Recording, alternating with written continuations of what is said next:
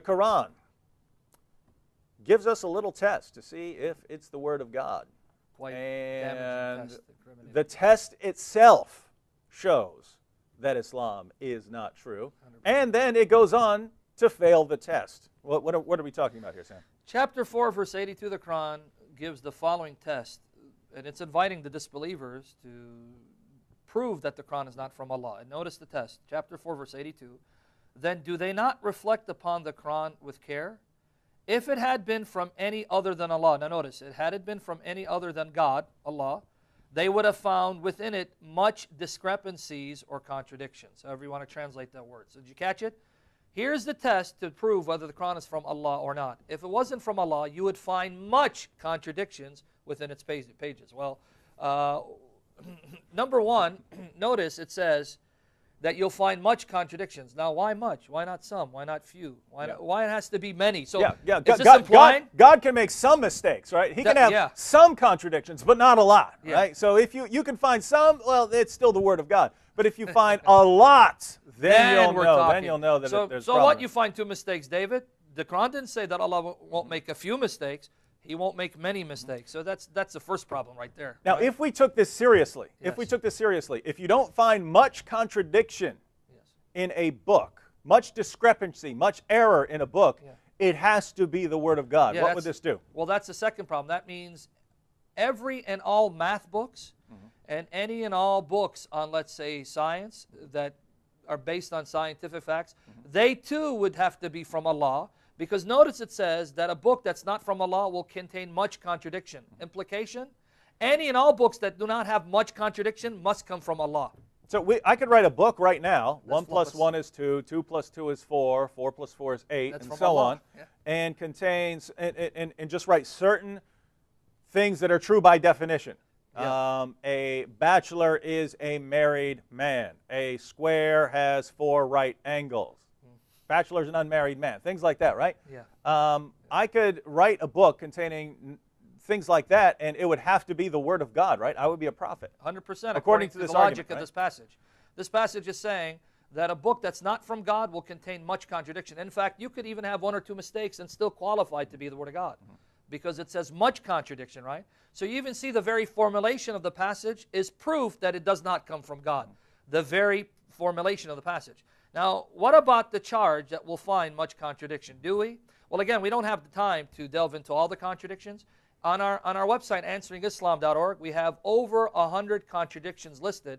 And not just listed, we also interact with the best that the Muslim side has to offer to try to harmonize these contradictions.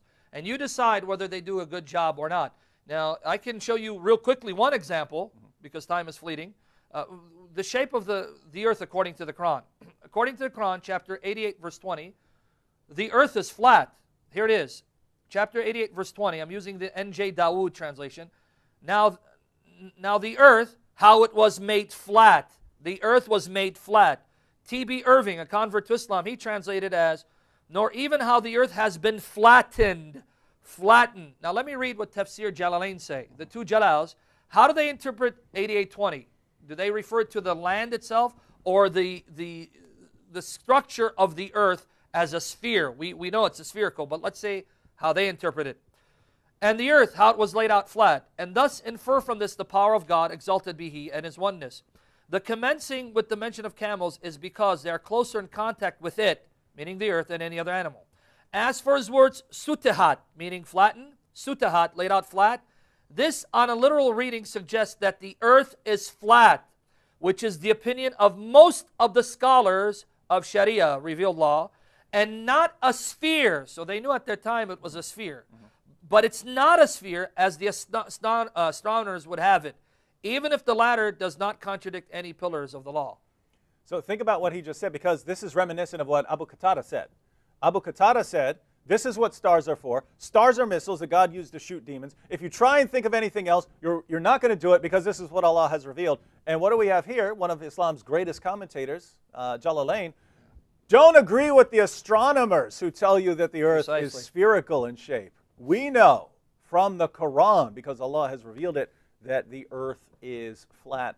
And if you go through what Muhammad and the Quran declare about the structure of the universe, You could not invent something this silly and absurd if you tried. You couldn't invent something like this if you try. If you sat back and thought, you know, I want to invent the most ridiculous universe I could come up with, you could not invent something sillier than what you find in the Muslim sources. And it's not just there. If you go to human anatomy and reproduction, you find it's just as silly.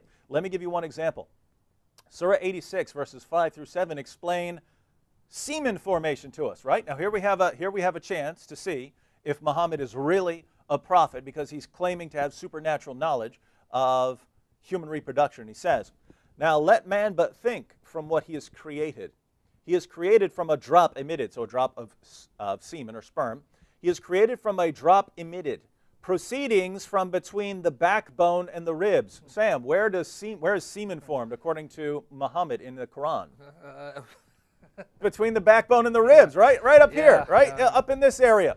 Is that right? No, you couldn't be more wrong. And yet Muslims, irony of ironies, will look at this and say, you see, it's the miraculous scientific insights of the Quran that prove it has to be the Word of God.